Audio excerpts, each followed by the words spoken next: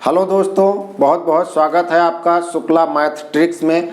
आज मैं आपको लेकर के आया हूं भिन्नों का आरोही और अवरोही क्रम लिखने का ट्रिक।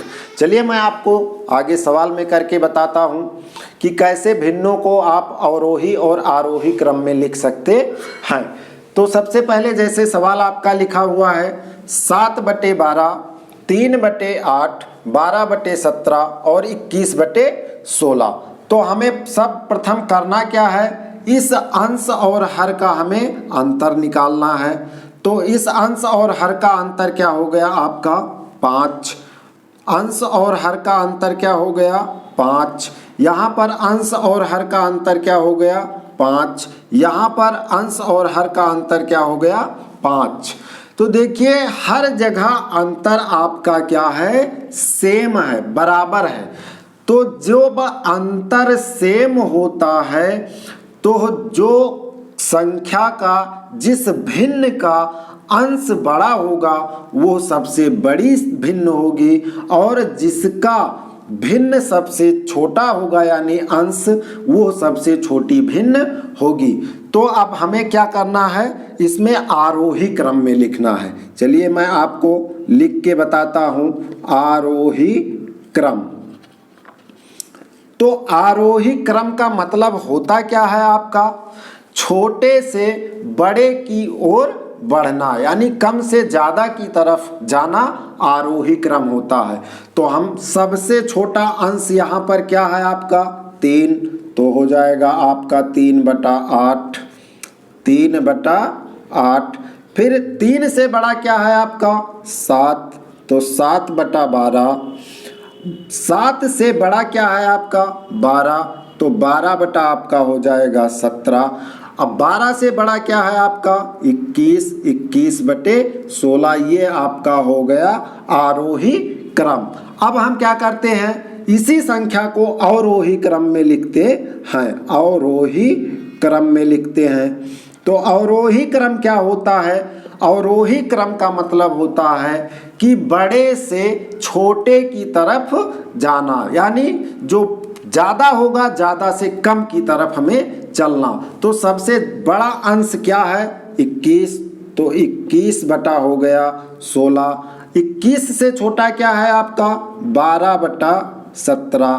12 से छोटा क्या है आपका 7/12। और फिर लास्ट में सबसे छोटा क्या है आपका 3/8। ये हो गया आपका आंसर। तो ये ट्रिक आपका हो गया जब अंतर क्या हो, समान हो। मैं आपको आगे सवाल में करके बताऊंगा कि जब अंतर समान ना हो तब हम किस प्रकार से आरोही और अवरोही क्रम में लिखते हैं। चलिए वो भी सवाल मैं आपको करके बताता हूं कि जब अंतर समान ना हो तो किस प्रकार से हम आरोही और अवरोही क्रम में लिखते हैं। चलिए हम सवाल लिखते हैं सर्वप्रथम 6/4, 6/4, 9/5, 11/12, 17/11। अब हमें यहां करना क्या है, यहां भी वही काम करना है। सर्वप्रथम अंतर हमें निकालना है। तो 6 और 4 का अंतर क्या हो गया आपका 2। 9 और 5 का अंतर आपका क्या हो गया 4। 11 और 12 का अंतर क्या हो गया 1। 17 और 11 का अंतर क्या हो गया आपका 6। तो अब हम करेंगे क्या, 2, 4, 1 और 6 का हम क्या करना है, एलसीएम निकालना है। तो एलसीएम आपका हो जाएगा 2, 4, 1 और 6 का 12 हो जाएगा।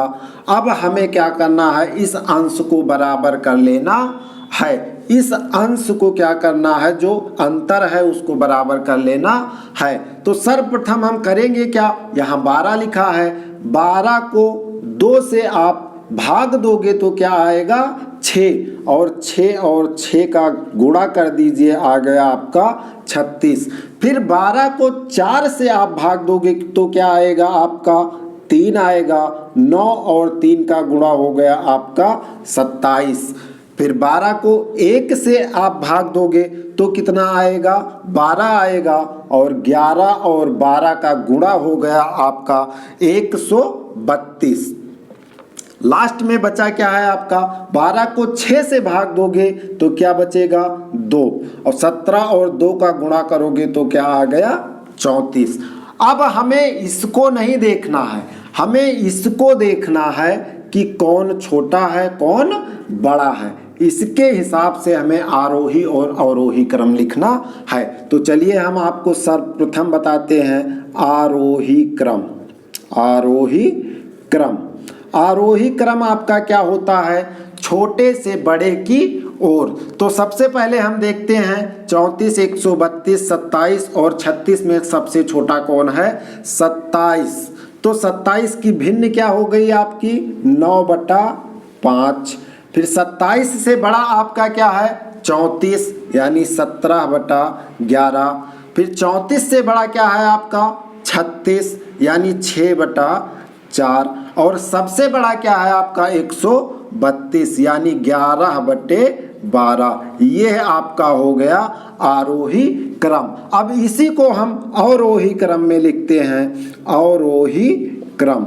अवरोही क्रम, तो अवरोही क्रम में क्या होता है, बड़े से छोटे की तरफ जाना। तो सबसे बड़ा क्या है आपका 132, तो उसकी भिन्न क्या हो जाएगी, 11/12। फिर हमें क्या करना है, अब 132 से कम क्या है आपका 36, तो 36 की भिन्न क्या हो गई आपकी 6/4। 36 से छोटा कौन सा है आपका 34, 34 की भिन्न 17/11। और सबसे छोटा आपका क्या बचा 27, तो 27 की भिन्न क्या लिखी हुई है 9/5। ये आपका हो गया अवरोही क्रम। तो मैं आशा करता हूँ कि भिन्नों का आरोही और अवरोही क्रम आपको बहुत अच्छे से समझ में आया होगा। और आपको अगर ये अच्छे से समझ में आए हो तो हमारे चैनल को आप लाइक करिए, सब्सक्राइब करिए, कमेंट करना ना भूलिए। कमेंट आप ज़रूर करते रहिए, क्योंकि आपके लाइक और कमेंट से हमारे हौसले बढ़ेंगे। तो आपको मैं अच्छे अच्छे ट्रिक और लेकर के आता रहूँगा और बताता रहूँगा। इसी के साथ में धन्यवाद, जय हिंद।